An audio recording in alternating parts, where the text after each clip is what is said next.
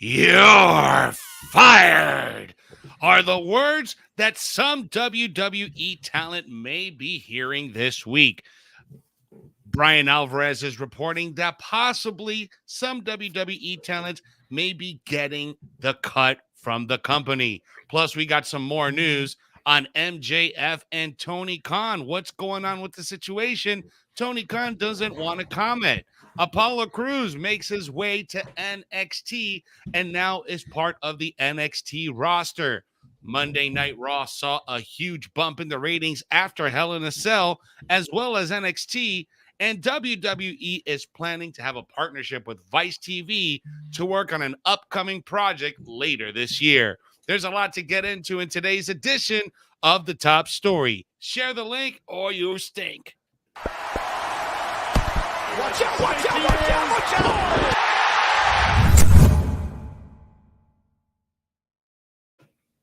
It's the top story of the day here on Sportskeeda Wrestling. I'm Jose G. Next to me is my compatriota, Jeremy Bennett. What's up, broski? What's up, everyone? Thank you for joining us. We got lots to get into today. Another busy news day here at Sportskeeda. As always, guys, make sure you are liking, sharing, and subscribing to the channel. We are well over 30,000 subscribers on YouTube. We appreciate you. We love you. Thank you so much for the support.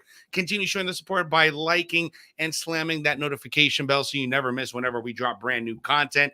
If you're watching us on Facebook, make sure you tag your friends in the comment section so they can join in on the conversation and share today's show in your favorite wrestling group. So let's get into it. Lots to get into. Big news today. Looks like we're going to get another round of releases, possibly sometime this week or very, very soon here, Jeremy. What's the story? Bryan Alvarez from Wrestling Observer was recently on the Brian and Vinny and Craig show. A lot of ands in that show.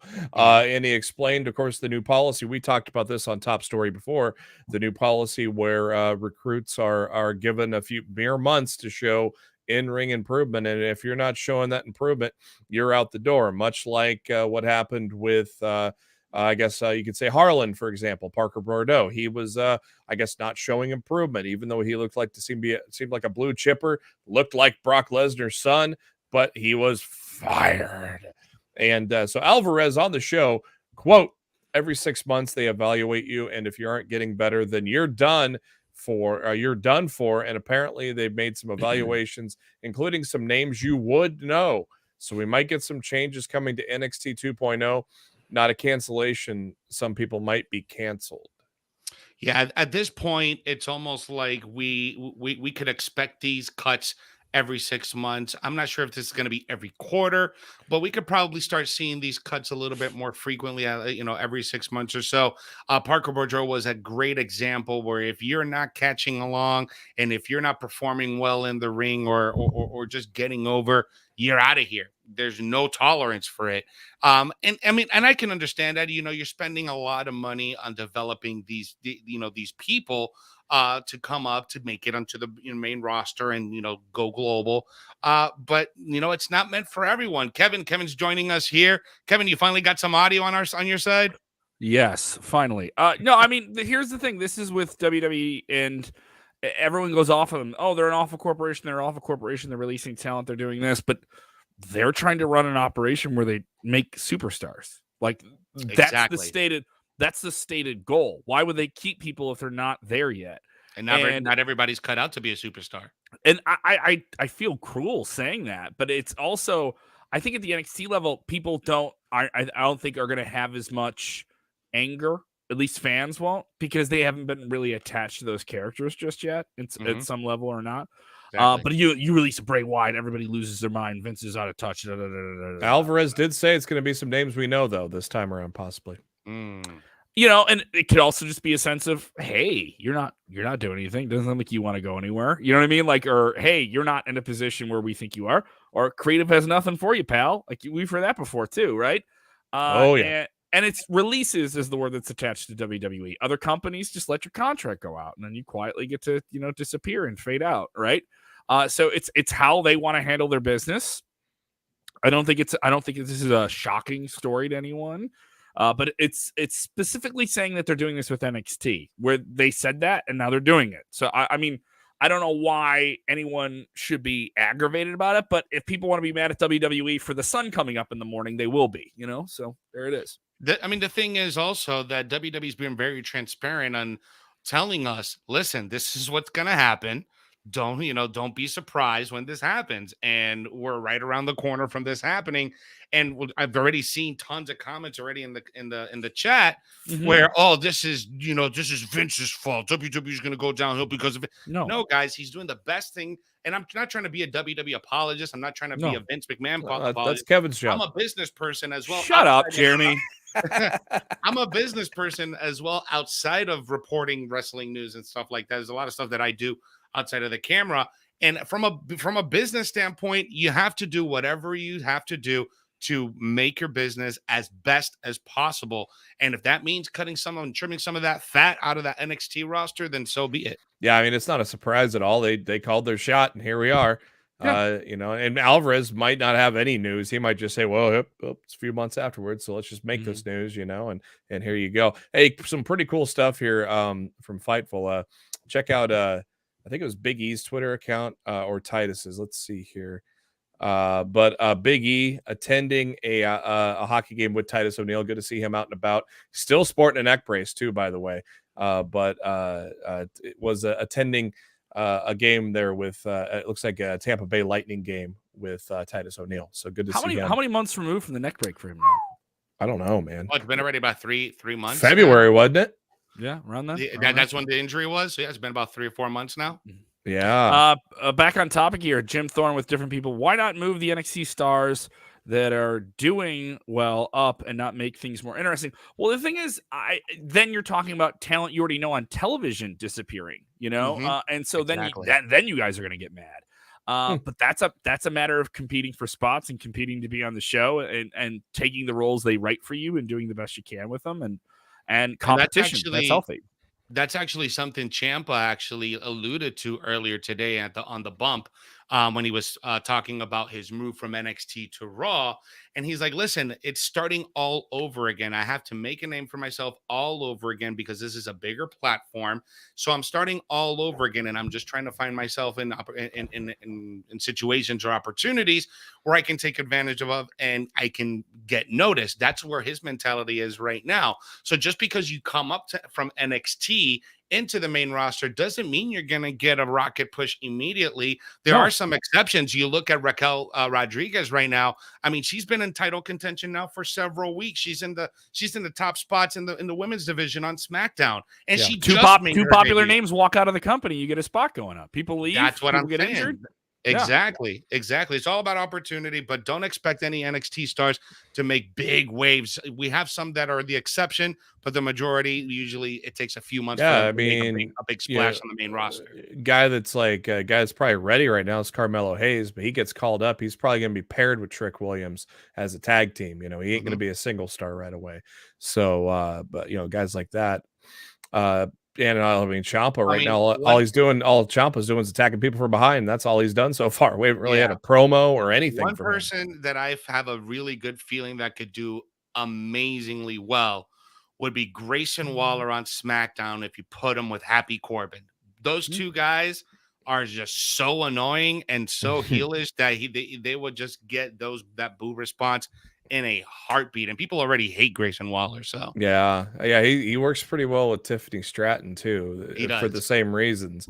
And obviously Braun Breaker, Vince is gonna love a big guy that can move like that. So Braun's gonna probably get every chance that he gets once he gets called up, which who knows? Probably after he drops that title, you'd assume, but you never know. Could be absolutely.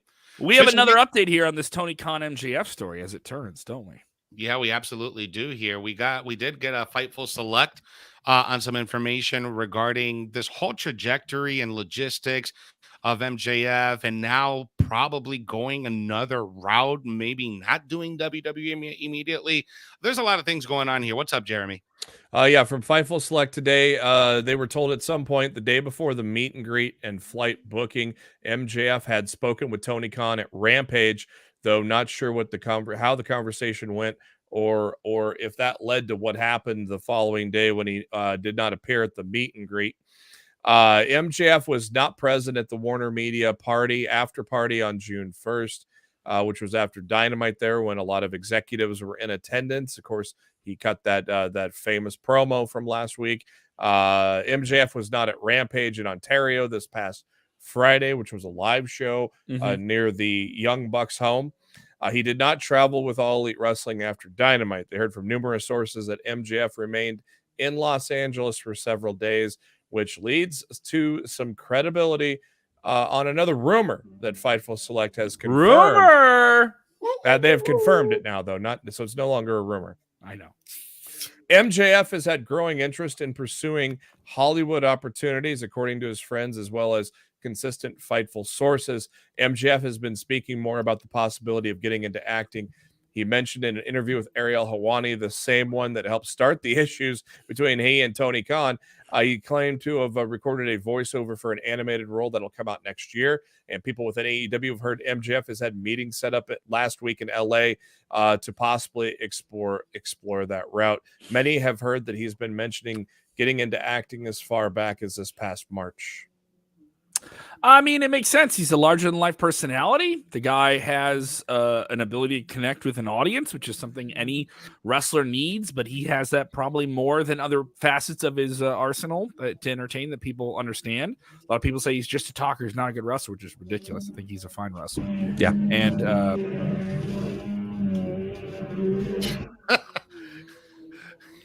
somebody's getting is that some a yard fart work or a done. weed whacker? What is going on there? Get some yard work done. I think it's my neighbor upstairs. All right. Tell him to change his diet. Comment here by Toronto 88888. There's a vacuum. Watching us on Twitch. MJF will be a great douchebag actor. We're gonna cast you as the role of douchebag guy number one. I mean, if anyone can do Hollywood, MJF would be that person. If you guys remember the whole bit with Chris Jericho where they did that whole musical, I forgot what was that called, The Celebration or something, or I forget what the hell it was called, a few years ago on AEW Dynamite. That was fantastic. That got rave reviews. Yeah.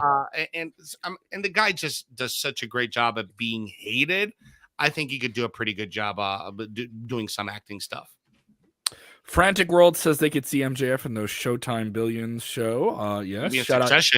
Shout out Dan Soder, Crackle the Bonfire over on Sirius XM. Like him on that show a lot. MJF, Steven Chambers saying MJF doing Car Shield commercials. Well, he can sing. He's a triple threat. Maybe he goes to Broadway. Maybe he skips Hollywood, goes right to Broadway. We'll see what happens here. I mean, here's the thing. There's a lot of connections when you're on television, and you can really get some exposure. And he's not the first guy to do this. Obviously, The Rock is the greatest example. Rock just dropping that new Black Adam trailer. I saw it. Looks all right. Looks pretty cool. There's some cool visual effects in it. He looks like a badass in it. Can MJF be a villain in a superhero movie? You know, like that's the ideal thing that you want to be now. You want to be in a big franchise. He can play a villain. like that's kind of proven. That isn't a hard thing. Could he be an endearing character? Does he need to be endearing? Who knows? There's a lot of possibilities for him, but we don't know where this whole MJF leaving or wanting to leave AEW story is going. Obviously, at some point it was real and it got turned into a storyline. He has until the beginning of 2024 on his contract. What else he will do with the company, we don't know. Will he be on Dynamite tonight? We don't know. It appears that he is still in Los Angeles in some form or another. That's the last we heard of him. Where in the world is MJF? Is Carmen San Diego? Yeah, no, MJF. Where Max Jacob Freeman. MJF. Yeah. So where is he going? What is he doing? They certainly want you to be questioning everything he does. Apollo Crews made a big splash on this week's NXT. He has been in the lower card next to nowhere direction of WWE, though he had a big run last year in 2021 as the Intercontinental Champion. He got to take the title off Big E and did some pretty cool things last year, but kind of slid pretty hard in 2022. Now he shows up on NXT, suddenly doesn't have his accent anymore, and is going after NXT champion Braun Breaker. I actually liked this. He got a big response. He had a big name there. This makes sense. If NXT is your AAA where you can rehab guys and get them going again or have them give the rub to somebody like MJF has done, like AJ Styles has done. We had Sasha Banks and Naomi do that for a while as well. You can do some exciting things with talent like this. I think this is a cool idea. I like that WWE is still doing this, and Apollo's the right guy to do it with. Yeah, I said it in our post show that we did on Sunday afternoon. Is like, there's absolutely nobody in the roster that really can challenge Braun Breaker now. They're to a point where they haven't built up anybody. The only guy was Grayson Waller, and then he appeared in the first segment with the North American guys, which and I said this, I said this on another show that you can believe in last night. There, the Cameron or Carmelo Hayes might be right. That North American title might be the A title right now, because a lot of the best guys in NXT are fighting for that right now with Grayson Waller, with Solo Sakai, with Cameron Grimes, and so that might be the best championship of the two right now, because there really was nobody there. So it was a nice surprise to see Apollo Crews come out, and it got a great ovation. That we might get to see the Uha Nation that we knew and loved in the Indies. We might finally get to see that in NXT. Fun fact: Apollo Crews was used so little in NXT before he got called up. He never even had a feud in NXT. He was only there a little while. Yeah, he was there maybe like not even a whole month though. Never had a feud in NXT. So Mike Johnson, a PW Insider, reporting that he is officially and internally listed as part of the NXT roster. So is Commander Aziz. So this could be more of a Finn Balor situation where they're sticking around a lot longer than a Natalya or an AJ Styles. But still a very cool moment. And it was even another surprise to see him team with Solo last night. I figured it was going to be Cameron Grimes, and out comes Solo to team up with Solo and Apollo. And it's kind of funny. Remember when Apollo had that little meeting with Roman on SmackDown backstage? Yeah. We'll call back to that last night. I absolutely really love this for Apollo. And we've seen this throughout the last year, ever since the revamp of NXT 2.0, where we're seeing more Raw and main roster stars come down to NXT, spend 3-4, have a short program in NXT, and then come back. We've seen it with AJ, we've seen it with Finn, we've seen it with Dolph and Rude, and now we've seen it with Mandy Rose, who's NXT champion, and now we're going to see this with Apollo Crews. This could only be good for Apollo. So I'm excited to see him. I wonder how Commander Aziz fits in the whole thing, if we're going to see him in NXT, if he's going to be aligned with Apollo Crews or not. From what I gathered yesterday, it doesn't look like it. It looks like he's just going to be running his own thing. He doesn't have his accent anymore. His gear's completely changed. I'm okay with this. Yeah, I said it with Rick last night. I go, you should just put Aziz and Omos in a tag team. Yeah, for real. That'd be insane. But now apparently Aziz is on NXT too, so it'll be interesting to see how he fits in, what they do. Does he do like more of a Dabba-Kato thing? Obviously, they're dropping the Nigerian stuff, so maybe is he going to be Aziz? Is he going to be Dabba-Kato? He could be somebody completely different now, or go back to what he was when they did the Raw Underground thing. Toronto with a lot of 8s is texting and saying wrestling ratings war, baby. We have some wrestling ratings to talk about here with Monday Night Raw and NXT. Raw saw a significant increase. Now it's worth noting the week before was Memorial Day, which is always they always take that day. It's a holiday. It always seemed to be in that position. But this is the post Hell in a Cell pay-per-view, which was well received, trended very well on almost every single social media platform, and was high on Google Trends as well going into Monday morning. A lot of people talking about what Cody Rhodes is doing with a torn pec getting in there. I was at the show. A lot of people walked out of it. Well-received main event considering all the circumstances. I would say that. Even a lot of people even just questioning how did he even do it, or should he have done it, right? Now that affected the Raw rating here, as the Raw rating had an average viewer audience over the 3 hours of nearly 1.8. This is one of the highest shows they've had this year so far, and a significant one. And you got to ask yourself, is Cody Rhodes the reason that fans are tuning into Raw? Is he the guy that people can galvanize behind? And what's it going to be like when he's not on the show and he can't be on the show with this injury for the next few months? Oh, that was absolutely tied directly to Cody, and after what happened at Hell in a Cell last night with the torn pectoral, and to see what happens next, that was absolutely tied to that. And of course, you had made you think Rollins made you think he was going to be the babyface to replace Cody with some respect, and then he comes back with the sledgehammer, and later on we find out Edge is going to probably be the babyface that replaces Cody while he's out. So it was a pretty good Raw and a good main event with the women to determine the number one contender. and great tag team match as well. So it was a very solid Raw. So it's no surprise that they came in hot because of Cody and stayed because it was actually a pretty good show. Yeah, I mean, good numbers overall. They're up against NHL playoffs, which WWE can hang with that in terms of the sporting leagues, but it's playoffs. More people will watch it, so they did very well considering that. Playoffs. I mean, Plus NHL's been fire this year too. The playoffs and very good. A lot more viewership. You get the Canadian teams in there. There's a lot of people want to check it out though too. So you had the first hour of the show getting almost a 1.9. So that's a lot of people. Raw's been in the territory of a 1.3 to a 1.5 for a long time. This is a really good number for them, and it shows something. But it makes you think, what's going to happen without Cody there? Is it all Cody, or is it just telling compelling stories with compelling characters? And it's not just WWE either. I mean, AEW had about almost 200,000 pay-per-view buys for Double or Nothing. So I think as a whole, I think people are starting to gravitate more to pro wrestling again. It'll be interesting to see if Dynamite finally breaks that million number tonight, especially with all the drama with MJF. So I think overall, a lot of people are just starting to kind of get into pro wrestling right now. Yeah, and also with not only the whole MJF situation, but you also got Punk really relinquishing the title last Friday on Rampage, so that we got that whole other situation going down on AEW. So it'll be good. It'll be interesting to see what happens. Who do you guys got winning the Battle Royal tonight to kick off Dynamite? I think it's so hard. I don't think it's easy to say. It's a wide open thing. I think Moxley is a lock for this pay-per-view match. Oh yeah. Mm-hmm. Who do you think faces Moxley in the main event tonight? Yeah. Oh man, I want to see Daniel. Just a hard pick. Daniel Bryan in this battle. I originally picked that, and Rick was telling me he's probably still hurt after that minor injury he suffered, so he might be out a couple weeks yet. Mm-hmm. My pick is Malachi Black.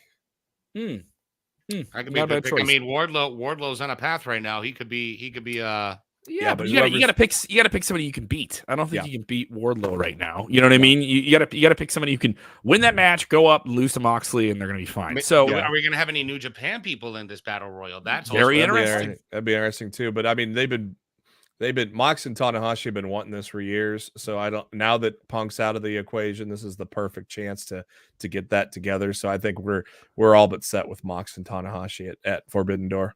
If you didn't catch it, WWE, I'm sorry, Jose, I didn't mean to cut you off. What are you I just wanted to let everyone know, and just a quick reminder tonight, immediately after Dynamite, we have Getting Over on Twitch with myself and Jeremy. We're going to be running down what went down on Dynamite. Plus, we're going to be playing GM mode. Right, Jeremy? Yeah, we'll be continuing our GM mode. We got through a couple of weeks last week as we tried to build SmackDown, tried to hire some guns. We hired some free agents in the market. We still have that trigger to pull on a legend that we can get for free too. Little thing there as we kind of head up against Shane McMahon and Monday Night Raw. So we'll continue that. Of course, the first 10 or 15 minutes we'll take and talk about Dynamite. So then we'll have a little CPU on CPU action there to kick things off. Then we'll get back into the GM mode and pick up where we left off last week. But yeah, now it's confirmed every Wednesday after Dynamite. There we go. Every Wednesday right after Dynamite. Make sure you follow the Twitch and stuff like that too. We'll get clips on our other platforms and things like that. Roland Curtis always supporting the channel. Thank you so much, Roland. He says, sending us a super chat here. Said, good for Apollo. He struggled with the Nigerian accent. I don't know if he really struggled because like the first few months of it, that he won the Intercontinental Championship. He had all these promos on SmackDown. Well, he is Nigerian, ain't he? Yes. Yeah. So I mean, he could probably turn it on and turn it off. Some people say it was a phony thing. Maybe they didn't like it in front of live crowds. Kevin, it was a fake accent. I know because I know Apollo Crews. He doesn't speak like that, Kevin. We were talking about ratings. NXT also saw a ratings bump this week following NXT in Your House, an eventful show that Jeremy and I covered. I thought this was a very good show that needed to be good for NXT 2.0. It's a show that needs to have good shows to remind you it's there, that there's some talent on the rise that you need to keep an eye on. WrestleNomics is coming out with some information about it here, saying that the viewership was around 675,000 for this week's episode. It is the highest rated show since the beginning of May. It received a 23% week-to-week increase from the week before. That's pretty significant. And it had a strong number with the core demographic of 18 to 49, 21% up there. It ranked number 22 overall in the demo. They did have to go up against America's Got Talent and the NHL Eastern Conference Finals. It is not the top show in all of wrestling, but good numbers for them, and a good sign that, if they have a hot weekend, WWE is a hot weekend like they had, more people are going to tune in afterwards and want to see what's going to happen. Tell good stories, have good characters, people want to check it out. Yeah, my podcast partner from my previous podcast, he was like, yeah, this is like one of the best NXT, probably one of the best NXTs of the 2.0 era. It was a very solid show. A very good start with like I said, probably the A division, the North American title division, with everybody that's involved in that. That was a great start there. It was good to see Roxanne Perez win the breakout tournament. I fully believe she's going to knock off Mandy Rose. You might get Indy and Cora Jade knocking off Gigi and JC. So, that Toxic Attractions call up is desperately needed, especially on the SmackDown side of things. So I would love to see them on top. Yeah, I think that'll be good. Yeah, and we're going to get. Hey, if Naomi and Sasha aren't going to be around, that's a team to go with. Hot team. We'll learn about who the Druids are for Joe Gacy. Probably GYV is my guess, because they've been off TV since the Druids appeared, and the debut of Giovanni Vinci, the formerly known as Fabian Eichner. Yeah, so he's gonna get his chance to shine by himself and see what he can do. So and now you got Apollo Crews in there, and word is Aziz is on his way. So some new blood coming in to NXT. So it's probably only going to get better from here. Before we get to this story here with WWE and a new Vice TV show they're working, I need you to do one thing. All of you watching right now, take this. All right. In 3, 2, 1, hit the like button. All right. Hit that like button right now. It really, really helps us climb up the old internet ladder. We appreciate it. The bosses appreciate it. All those good things. Mr. Keita loves it when you do that. Mr. Keita sends us such nice notes. We also want to give a big shout out to all your viewers, because you guys have shown so much support to the top story that we are the #1 show on Sportskeeda Wrestling. So we want to thank you so much for all the support. We appreciate all the shares, the likes, the comments, the engagement. We appreciate you and we love you. So thank you so much for the support. I'll blow you internet kisses. Let's get into the story. WWE has so many different TV partners right now. They're doing Raw and NXT with NBC Universal. Obviously, they're doing SmackDown, the #1 show in all of professional wrestling right now on weekly television with Fox. And they've done projects with Netflix. They have a standing documentary deal with A&E. So what is next? Another TV show, another upcoming Vice TV project. Vice TV is a cable outlet that kind of has more alternative stories of the world, and they aired the controversial Dark Side of the Ring series for the past few years. WWE getting involved with it. Some WWE personalities not under contract. Some of them are. WWE has been the focus of some episodes of Dark Side of the Ring and has participated in some and not participated in more controversial other stories. One I was surprised they had Jerry McDivitt, their lead legal advisor, kind of just go completely on the record with them about the steroid trial from the 1990s that WWE and Vince McMahon had to deal with. So you had some of those stories they're into. Now they're going after Evan Husney and his team. Evan's a great documentary creator. He's the guy who came up with the idea of Dark Side of the Ring. I got to interview him years ago. Very, very smart guy. They're going to be working with his team on a new project, and WWE is going to be involved in it. Tell me about it. Yeah, I recently talked to Essie Scoops, and a new Vice show that's going to be a departure from Dark Side of the Ring. Dark Side of the Ring is currently on hold, and word was that it created a toxic environment with all the accusations, especially coming from the plane ride from hell. Jim Ross has vowed to never work on the show again. This is going to be a complete departure from the Dark Side of the Ring. It's going to be like a campfire talk session, telling about the old days of wrestling. So it's going to be, maybe something like Table for Three, something like that, where they talk about just some stories of the old days. Those who are involved with the project are saying it's going to be more sanitized, is the word they put in quotes, and looking for a September premiere date for this show. I don't think every show, when you do documentaries, has to be this like grand shoot thing. You know, and I don't know where it stands with another season of Dark Side of the Ring. Can you do 2 of these type of shows on the same network? You know, they've tried Dark Side of the 90s and Dark Side of other things. Well, this is a completely different. Yeah, but I'm just saying Vice format. in general. Like Vice in general. They've gone for that tone with other genres of entertainment and sports. Well, TNT's doing it now with the Rich and Famous series. Yes. So I mean, and now it's sort of being like, all right, It sells. it sells, but does it get burnt out like Zombies did? You know, like Walking Dead will stay around, but like Zombies will never die. You know? Yeah, I know exactly what you're saying, because it's like, all right, like once you've seen 1 or 2 WWE documentaries, you kind of almost seen all of them, right? Like the one documentary about Stone Cold. They're doing a Monday Night Wars one on A&E, and WWE I know, did that's an what I'm entire saying. It's like series once on you've it. seen these documentaries, you kind of know the stories behind these documentaries. But now, from what I'm gathering from this partnership, this is going to be like campfire stories. It's like, oh, I'm going to tell you about this one time Ric Flair got naked and spinned his penis like a helicopter, you know, like something like that, you know.